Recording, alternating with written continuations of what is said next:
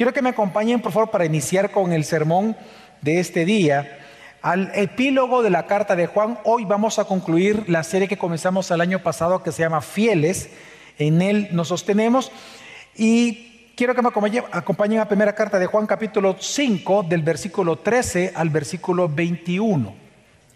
Dice la palabra del Señor entonces: estas cosas os he escrito a vosotros que creéis en el nombre del Hijo de Dios, para que sepáis que tenéis vida eterna. Y esta es la confianza que tenemos delante de Él, que si pedimos cualquier cosa conforme a su voluntad, Él nos oye. Y si sabemos que Él nos oye, en cualquier cosa que pidamos, sabemos que tenemos las peticiones que les hemos hecho. Si alguno ve a su hermano cometiendo un pecado que no lleva a muerte, pedirá por él. Dios dará vida a los que cometen pecado que no lleva a la muerte. Hay un pecado que lleva a la muerte, y yo no digo que deba pedir por ese. Toda injusticia es pecado, y hay pecado que no lleva a la muerte. Sabemos que todo el que ha nacido de Dios no peca, sino que aquel que nació de Dios lo guarda, y el maligno no lo toca. Sabemos que somos de Dios y que todo el mundo yace bajo el poder del maligno. Y sabemos que el Hijo de Dios ha venido y nos ha dado entendimiento a fin de que conozcamos al que es verdadero. Y nosotros estamos en aquel que es verdadero, en su Hijo Jesucristo. Este es el verdadero Dios y la vida eterna. Hijos, guardaos de los ídolos. Una de las más grandes emociones durante la cuarentena que el mundo sufrió y que el mundo ha experimentado, y personas todavía están saliendo de estas emociones, fue el de la incertidumbre, el de la duda respecto al futuro. Y juntamente con la incertidumbre, otras emociones lo acompañaron, como la ansiedad, la depresión, la frustración, la tristeza y hasta el miedo que todavía vemos en algunas personas. Y esto es así porque realmente vivir inseguro respecto a las cosas más importantes de la vida, vivir con inseguridad realmente es muy difícil.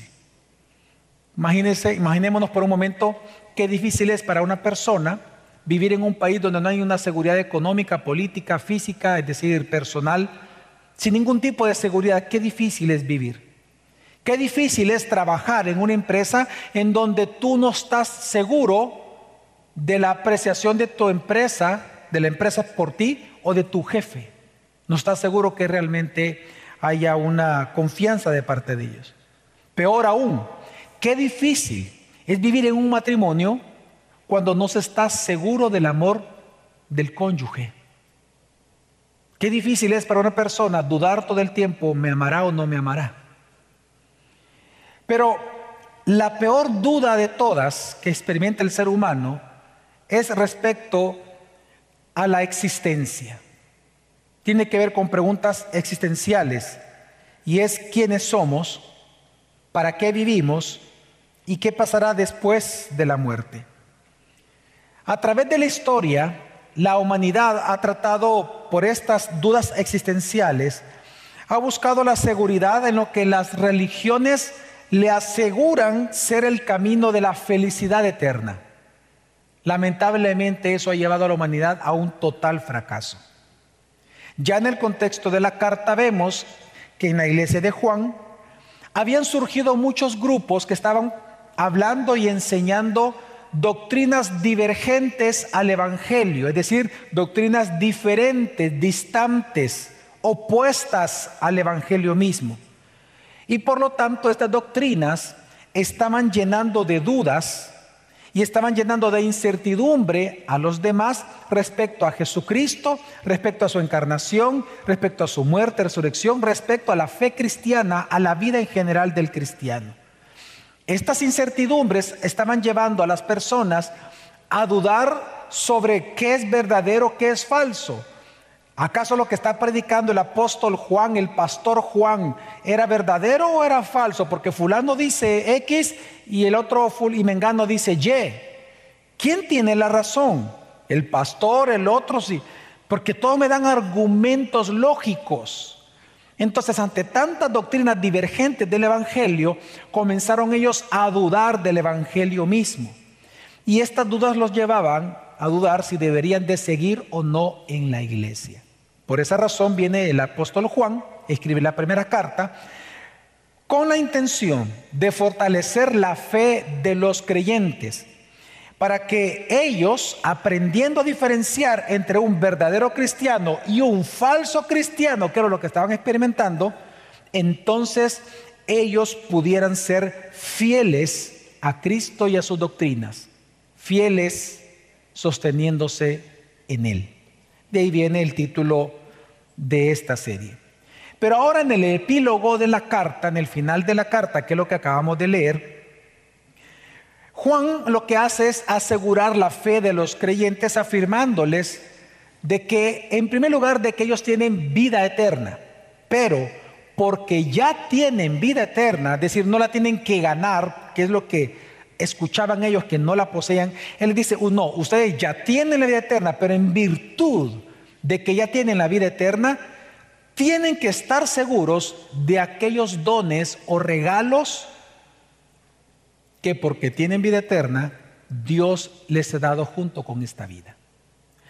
Por esa razón, mi objetivo en el sermón de esta mañana es el mismo de este epílogo de la carta de Juan, de convencerte de que si tú has creído en Jesucristo, entonces tú puedes estar seguro de los dones y regalos que Dios te ha dado. Específicamente voy a hablar de 4. No porque realmente el texto nos sugiere 5, pero lo he hecho por cuestión de tiempo, lo he resumido en 4. Número 1, de que tienes vida eterna. Número 2, de que porque tienes vida eterna, Dios te oye favorablemente tus oraciones. Número 3, tú puedes estar seguro que serás preservado hasta el final, que en esta carrera de fe, como lo llama Pablo, tú llegarás como vencedor, como lo dice Juan en Apocalipsis, porque en Cristo eres ya un más que vencedor. Tú vas a llegar, porque la preservación del cristiano no depende del cristiano, depende de Dios. Y lo cuarto que tienes que estar seguro, y lo vamos a ver esta mañana, es que Jesús es Dios, y por lo tanto tú estás en Él, y Él está en ti para siempre. Por eso el título del sermón de esta mañana es podemos estar seguros, porque esta frase podemos estar seguros se repite hasta 5 veces en el texto que leímos bajo la palabra sabemos. No sé si usted observó que la palabra que más se repite en el texto, en el epílogo que acabamos de leer de Juan, es la palabra sabemos. Y es porque cada vez que dice sabemos, la frase significa podemos estar seguros de esto. Y comienza el texto diciendo, para esto les he escrito para que sepan que tienen vida eterna. Es decir, en virtud de la vida eterna, sabemos que Dios nos ha dado 4 dones o 4 regalos que nunca debemos de olvidar cada día que nos levantamos, mediodía, caminamos y noche que nos acostamos. Así que vamos al primer punto y es, podemos estar seguros, en primer lugar, hermanos, de que tenemos vida eterna.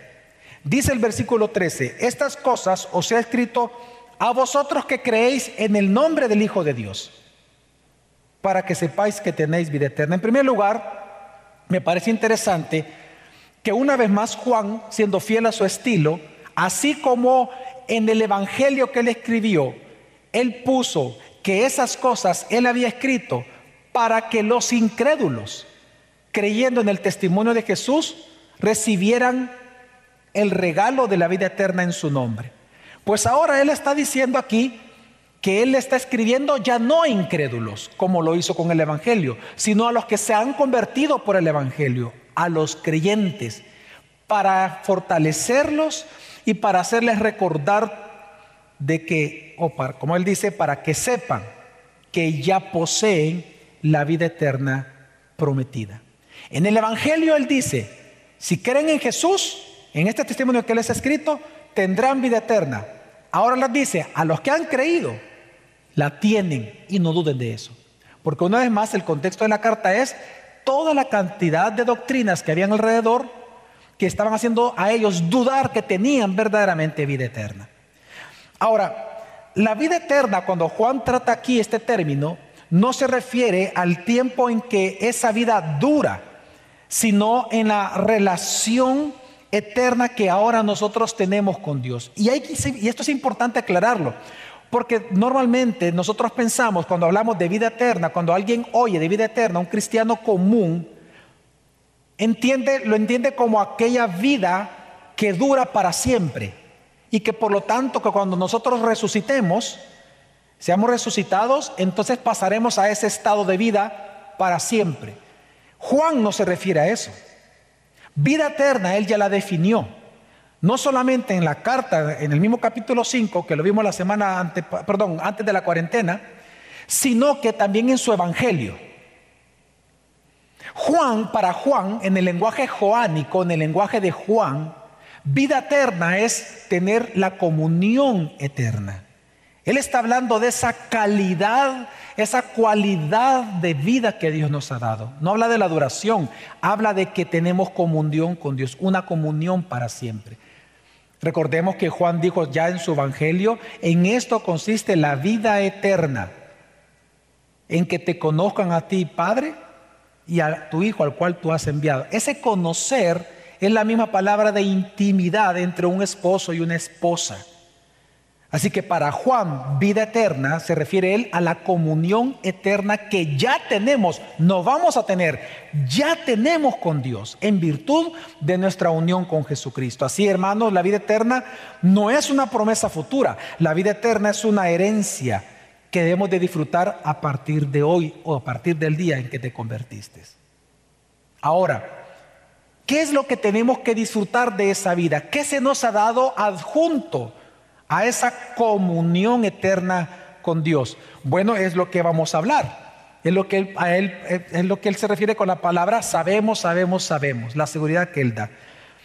Ahora, entonces, ¿cuáles son algunos de estos privilegios, regalos, dones que Dios nos ha dado por tener esta comunión con Él hoy?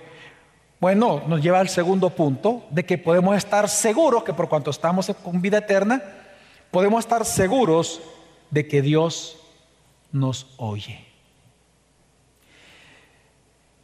Versículo 14 al 15 dice: y esta es la confianza que tenemos delante de Él, que si pedimos cualquier cosa conforme a su voluntad, Él nos oye.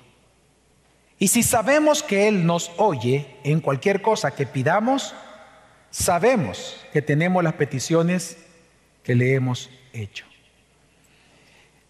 Qué especial es para nosotros los pecadores poder recordar cada día que en virtud a nuestra unión con Cristo, a esta comunión eterna que ya tenemos, vida eterna con Dios,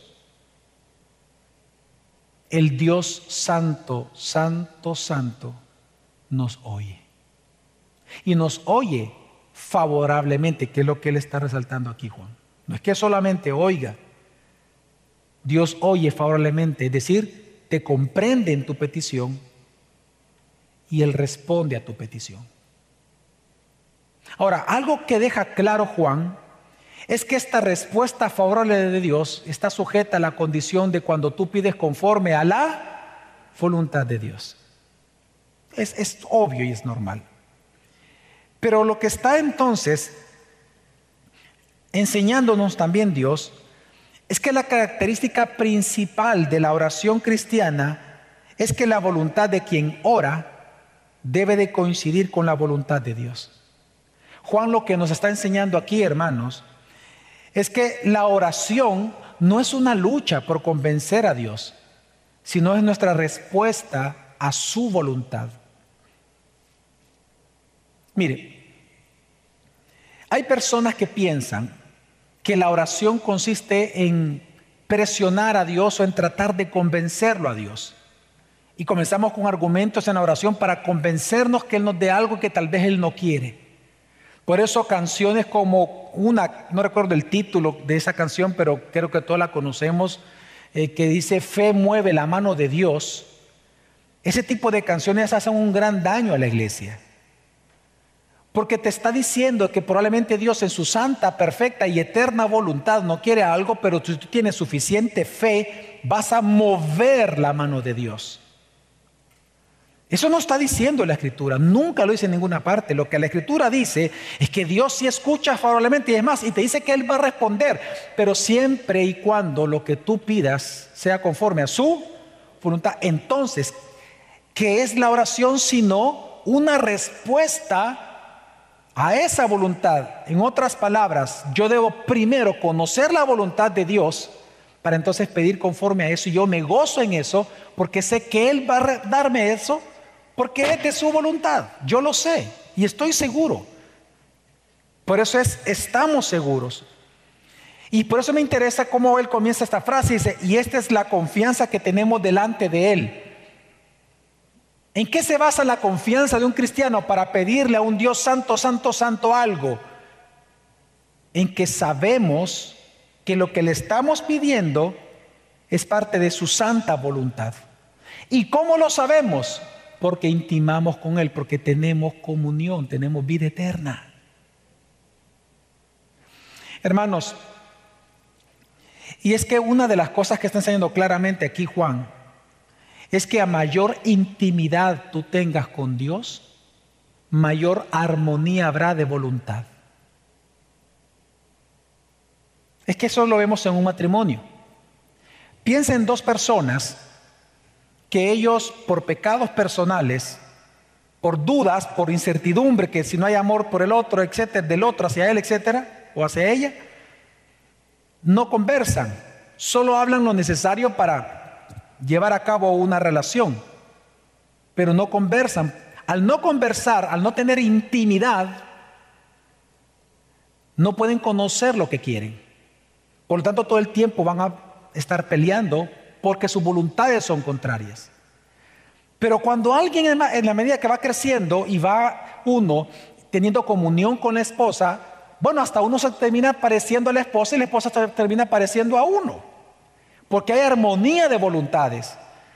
Por ejemplo, yo recuerdo que recién casado, mi esposa bien feliz y contenta en la casa cocinando, yo llegaba del trabajo a almorzar con ella, y ella me hacía una sopita, y yo me recuerdo que le decía, no me gustan las sopas.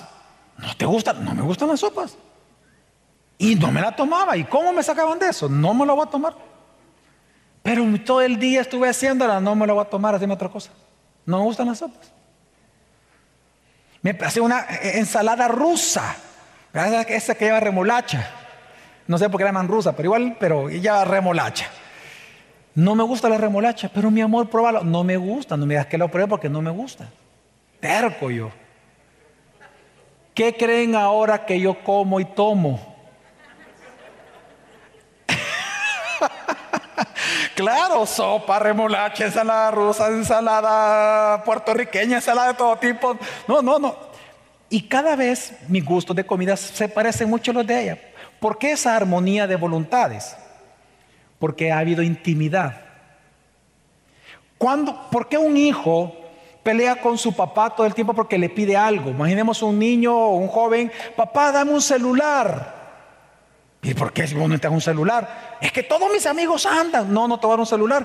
Pero papá, no, hombre, vos sos un viejo, vos no sabés, no te acordás, como vos no tuviste, no querés que yo no tenga, vos sos un tacaño, etcétera, un amargado. Okay. ¿Por qué los jóvenes muchas veces sienten que papá no les da lo que quieren, lo que ellos quieren? Porque ellos como jóvenes no quieren lo que papá sí quiere darles. Capaz que papá y mamá no te quieren dar un celular, pero tal vez te quieren dar una bicicleta. O tal vez están dispuestos a comprarte un PlayStation. Entonces, si tú los conocieras e intimaras con ellos, conocieras la voluntad de tus padres. Por lo tanto, siempre le pedirías lo que tú sabes que tus papás sí están dispuestos a darte. Es exactamente similar con Dios. A mayor intimidad tú tienes con Dios, mayor armonía de voluntad habrá con Él. Por eso, hermanos, el poder de la oración no está en lograr rebajar los deseos de Dios al nivel de nuestros deseos, sino es elevar mi voluntad al nivel de la voluntad de Dios. Ahí radica el poder de la oración. Pero entonces la pregunta es, ¿cómo llegar a conocer la voluntad de Dios, lo que Dios quiere? Pues la Biblia. Es a través de la Escritura que nosotros tenemos la comunión y tenemos el conocimiento de su voluntad expresa. Y repito, por eso Juan capítulo 15, versículo 7, Jesús dice, si permanecéis en mí. Si se dan cuenta, él comienza hablando de comunión, intimidad. Si permanecéis en mí y mis palabras permanecen en vosotros, es decir, la voluntad, ¿qué dice? Pedid, pero pedid el qué? Lo que querráis y os será hecho. No se trata que tu fe mueve la mano de Dios, no está diciendo ese versículo. Está diciendo que va a llegar un momento en que si tú vas aprendiendo Biblia, que vas a amar tanto lo que Dios quiere, que vas a pedir exactamente eso para tu vida. ¿Y cómo Dios se va a negar a quererle dar sabiduría a sus hijos si le piden sabiduría? Por ejemplo, si es lo que Dios quiere darte. Entonces, a mayor comunión con Dios, mayor intimidad de voluntad habrá. Ahora, pero también conocer la voluntad de Dios no solamente te permite conocer lo que Dios quiere, sino que te permite conocer lo que Dios aborrece. Y por eso él va al siguiente punto, Juan. Dios quiere que nosotros intercedamos por el hermano que ha caído en pecado. Porque dentro de la voluntad de Dios está lo siguiente, que también nosotros tenemos que estar seguros y podemos estar seguros de que nosotros perseveraremos hasta el final porque Dios nos preserva a cada uno de nosotros. Amén. Esto lo dice del versículo 16 al 19 cuando Juan escribe: si alguno ve a su hermano cometiendo un pecado que no lleva a la muerte, pedirá por él y Dios le dará vida a los que cometen pecado que no lleva a la muerte. Hay un pecado que lleva a la muerte. Yo no digo que se deba pedir por ese. Toda injusticia es pecado y hay pecado que no lleva a la muerte. Sabemos que todo el que ha nacido de Dios no peca, sino que aquel que nació de Dios lo guarda y el maligno no lo toca. Y sabemos que somos de Dios y que todo el mundo yace bajo el poder del maligno. En este texto, hermano, yo he unido tres ideas que se pueden trabajar en separado. Sin embargo, lo he unido por cuestión de tiempo, obviamente. Pero para poder entender lo que está diciendo el texto de manera general, voy a ir de abajo hacia arriba. Es decir, vamos a comenzar a entender qué dice el versículo 19 y luego vamos a ir entendiendo en virtud de ese versículo 19 lo que nos dice entonces los anteriores. En el versículo 19 que dice, sabemos que somos de Dios y que todo el mundo yace bajo el poder del maligno. Recuerde que la palabra sabemos significa podemos estar seguros.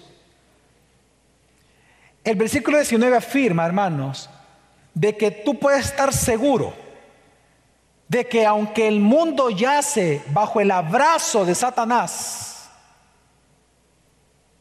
tú dentro del mundo estás abrazado por Dios.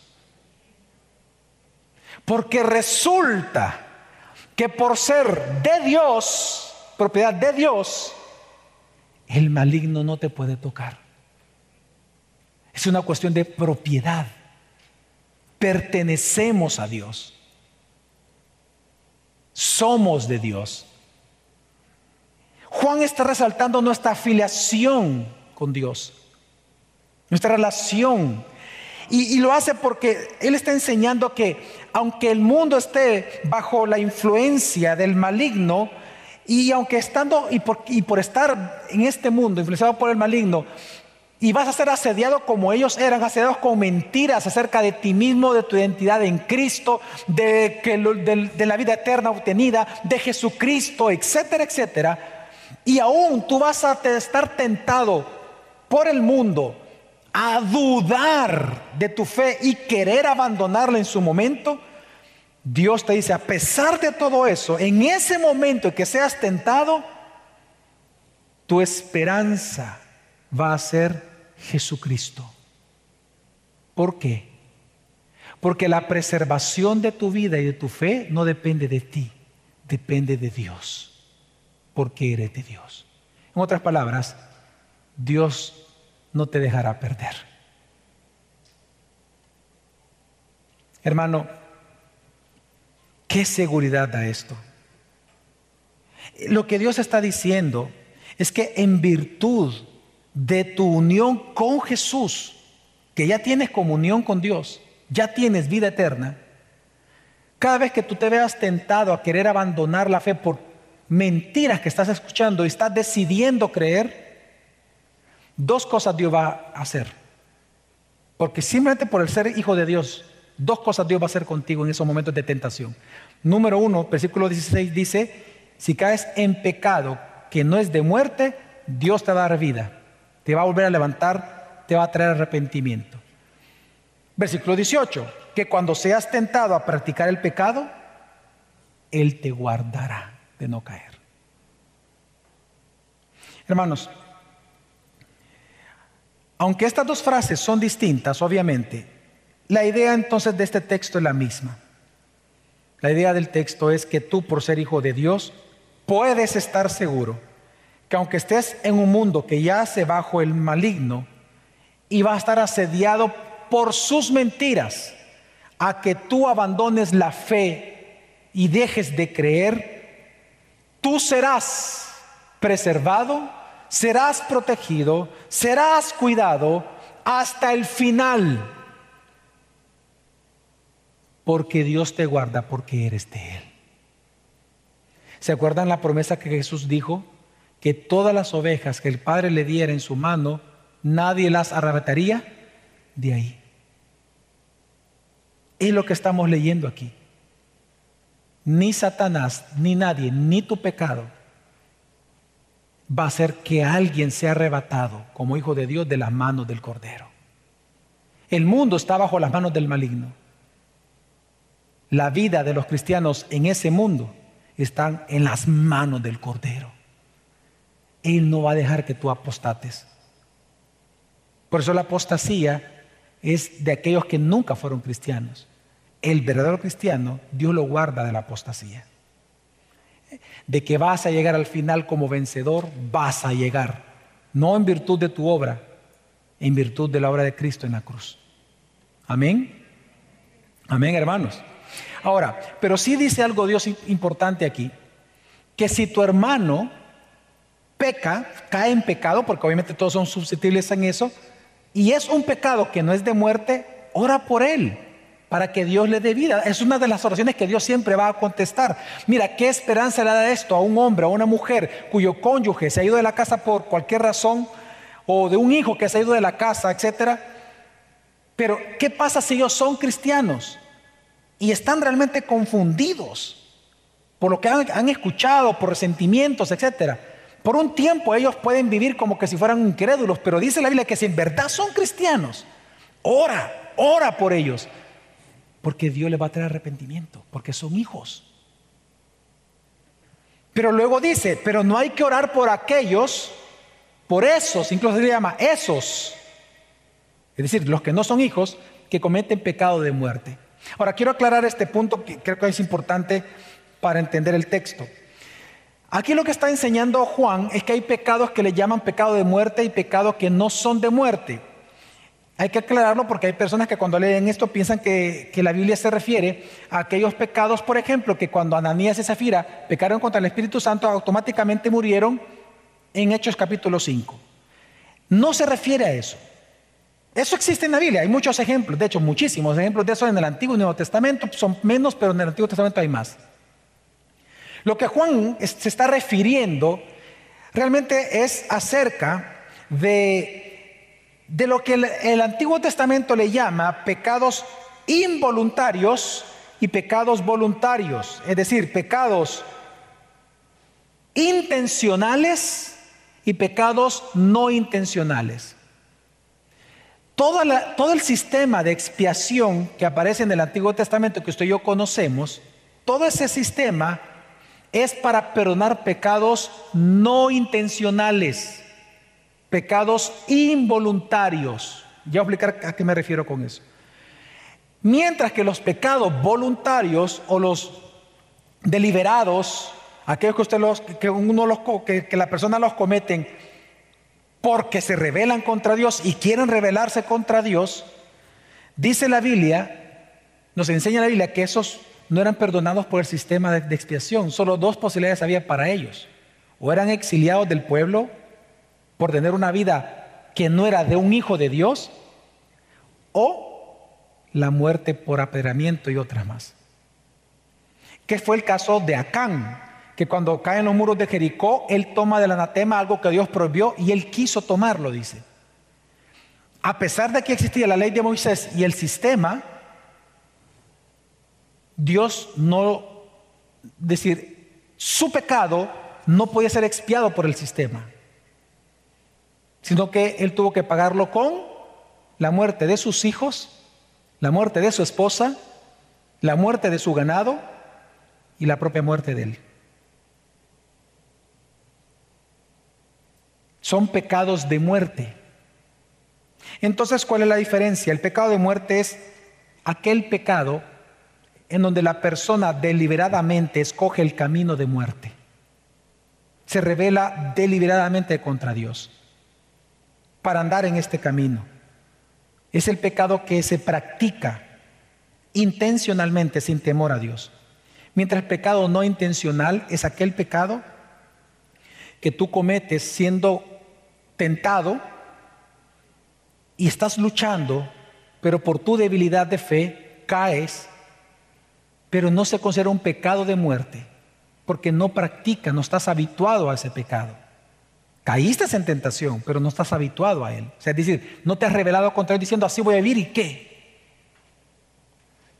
Por lo tanto, es un pecado no de muerte que puede ser perdonado, obviamente. Entonces, ¿qué está diciendo Dios aquí? Bueno, perdón, por eso el versículo 18 dice: sabemos que todo el que ha nacido de Dios no peca. Oiga, todo el que es nacido de Dios, es decir, todo cristiano no peca, dice. ¿Qué significa eso? Que el cristiano no peca. No, lo que está diciendo es la misma idea, que el cristiano no está habituado al pecado, no lo practica. Por eso es que cuando alguien cae en pecado, cualquier cristiano, perfectamente podemos orar por ese cristiano en lugar de darnos escandalizando. ¡Ah! Mira fulana, mira fulano, ya te enteraste. Ore mejor por él. Usted puede estar en lo mismo pronto. Ore por esa persona. Porque Dios ha dicho que como su voluntad es rescatarlos a sus hijos, resulta que esa oración va a ser contestada. Ahora, este texto tan hermoso nos enseña mucho para nosotros la iglesia de Jesucristo. En primer lugar, hermanos, nos enseña que tenemos que dar gracias, en primer lugar porque no somos del maligno, somos de Dios. Amén. Somos de Dios. ¿No le alegra eso, hermano? Somos de Dios. Su gracia nos guarda a cada uno de nosotros. Y por lo tanto tenemos que darle gracias a Dios porque Dios nos guarda. Demos gracias a Dios de que Dios estorba tu pecado y estorba mi pecado. ¿No te has dado cuenta de eso? ¿Cómo Dios estorba nuestros pecados? Es pura gracia de Dios, porque Él nos guarda. Él nos protege de abandonar la fe. Ahora, también algo que nos enseña el texto es que también nosotros, así como Dios nos guarda y nos protege, la iglesia está llamada a ser guarda del hermano que cae. No vaya a ser como Caín, ¿verdad? Que Caín le dijo a Dios, ¿que acaso yo soy guarda de mi hermano? Después de haberlo matado. No vaya a cometer usted ese problema, ese pecado. Nosotros sí somos guardas de nuestros hermanos. Tenemos que orar por el que está caído. Pero también nos enseña, hermanos, que es posible pecar con pecados no de muerte para el cristiano. Porque los pecados de muerte son de los incrédulos. ¿Qué significa? Que va a haber días en que las batallas contra la tentación van a ser tan fuertes que usted va a caer. Y cuando usted caiga no se le va a considerar un pecado de muerte, sino que se considera como maldad, porque siempre es maldad, porque por eso dice Juan, todo pecado es injusticia. O sea, al final es una maldad que usted está cometiendo, pero es una maldad inadvertida, porque usted no lo practica todos los días. Por lo tanto, si usted pide gracia, gracia se le va a otorgar. ¿Y cuál es la gracia? Y Dios le dará vida, arrepentimiento. Por eso también es que este texto nos enseña que si usted ha pecado como cristiano, entonces vaya y confiese rápidamente su pecado a Dios. También nos enseña que habrán hermanos que caerán en pecado y se alejarán, pero hay que orar por ellos. Y que los que cometen pecado de muerte, los deliberados, solo son los creyentes, no los cristianos. Ahora, sí es importante entender que por eso dice, por esos no hay que orar. No es que no debemos de orar por los no convertidos, todos oramos aquí por los no convertidos para que se conviertan, sino que se refiere a no empatizar con ellos, no empatizar con su pecado, no pasar por alto el pecado.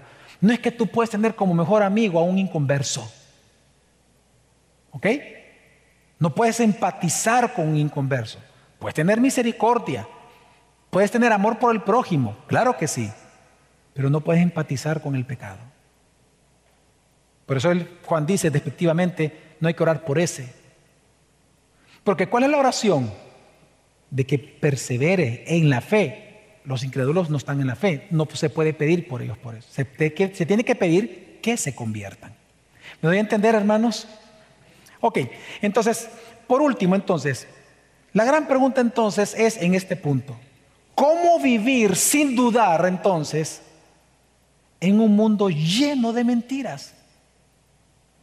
Y entonces él va a responder que podemos estar seguros de que porque Jesús es Dios, estamos en Él, guardados en Él.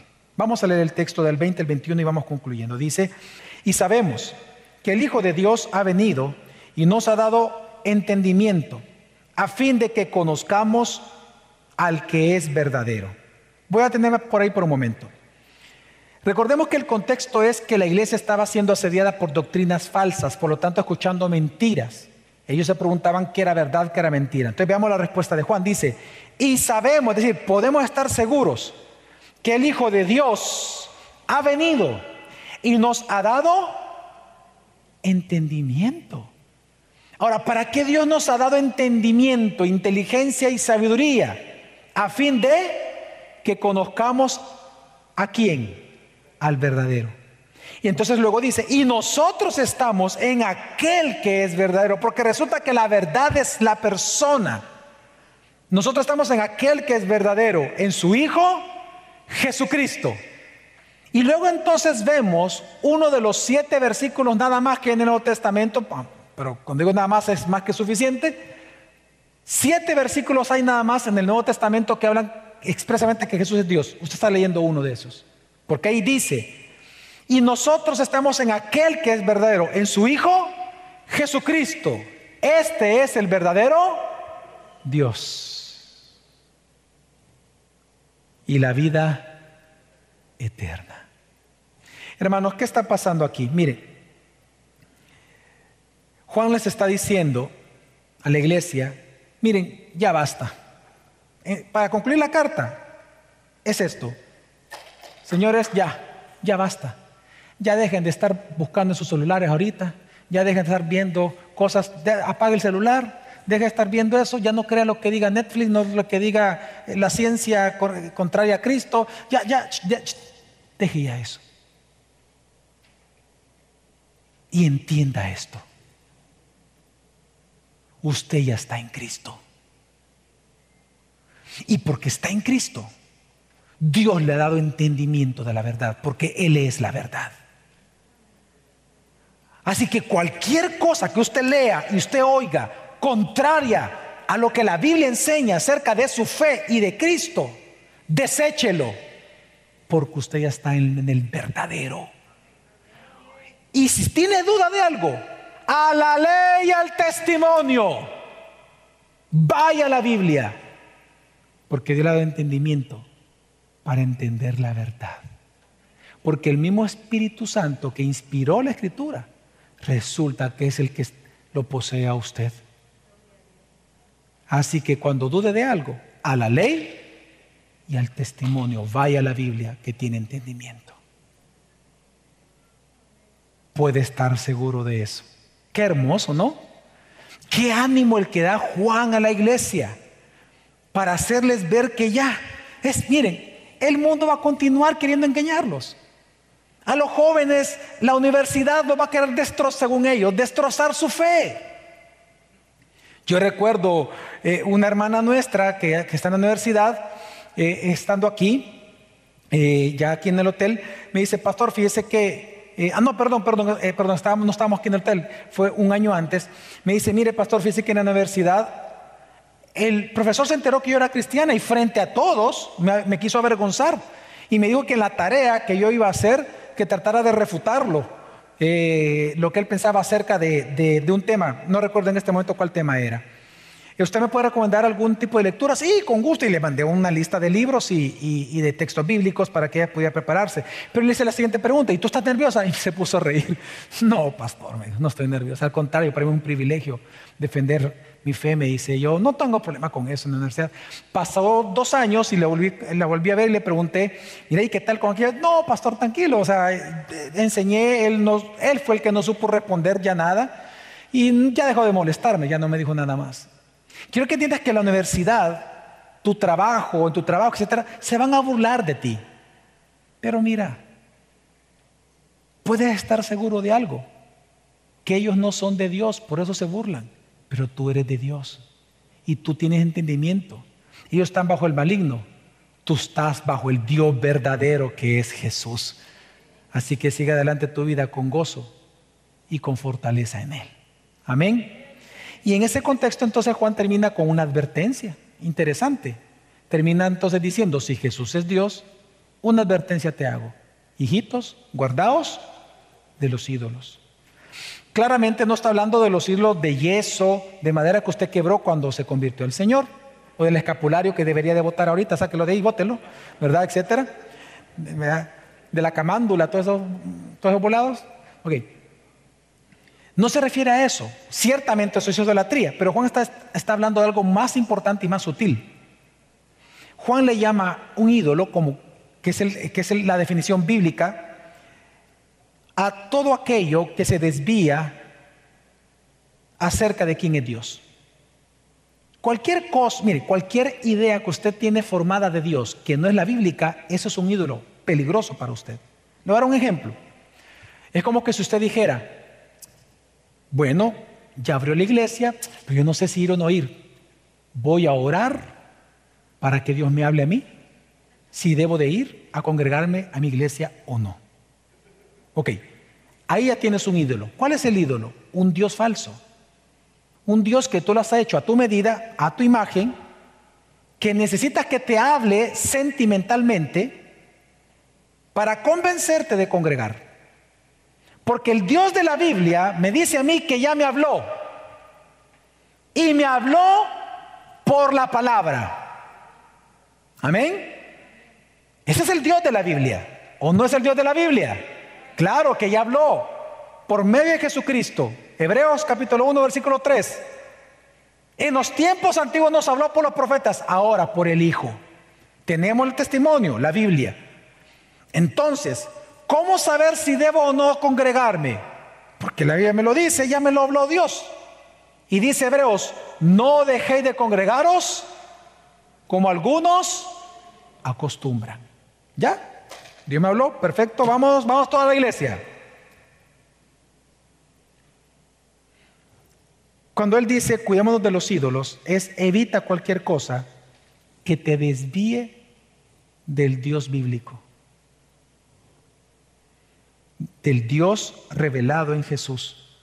Evita creer cualquier falsa idea de Dios, porque una idea de Dios te lleva a pecados específicos. Si tú piensas todavía en Dios como ese hombre barbuchón de barba blanca sentado en un trono, sentado y viendo hacia abajo, hermano, tienes un ídolo en tu cabeza, porque ese no es el Dios de la Biblia. La imagen del Dios de la Biblia es Jesucristo. Así que, hermanos, qué hermoso que porque estamos en Cristo podemos estar seguros de que Dios oye nuestras oraciones favorablemente, de que llegaremos al final de esta carrera de la fe como vencedores que ya somos. Y que, porque Jesús es Dios, nosotros estamos en Él y Él está en nosotros para siempre. Amén. Vamos a orar entonces, hermano.